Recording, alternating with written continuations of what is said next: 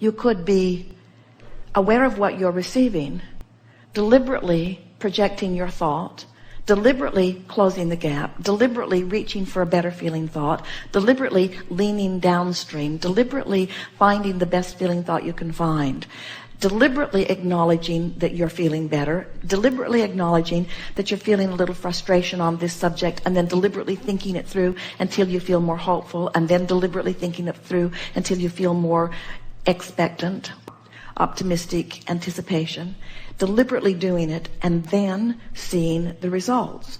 It is so much more satisfying to deliberately conjure and deliberately feel and then notice the results than to just get results. It is so meaningful to deliberately, in other words, you could go almost anywhere and eventually get a parking place.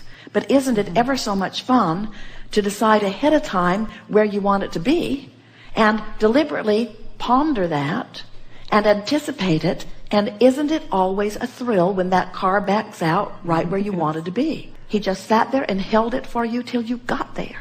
And then when you arrived, he got the impulse to give it to you. Don't you like those kind of manifestations more than where you just drive around and drive around and drive around and drive around until eventually it always works out because well-being abounds? But isn't it nice when you deliberately utilize the energy that creates worlds for your specific intention in the moment and you know you did it? Isn't that the best of all of it? And you live in a cooperative universe. In other words, everything in this universe is cooperating with your alignment of vibration. And when you offer one signal, do you know that when you take the time, once you deliberately are aware of the closing of the gap, you enact, you enable, you have at your fingertips the energy that creates worlds. One who is offering a blended, non-resisted stream, a singular vibration, is more powerful than millions who are not. When you take the time to clean up your energy, your results are no longer mediocre. Your results are spectacular. And those who are watching you are seeing far more aligning in your experience than parking places. Everything you set your sights on comes easily to you.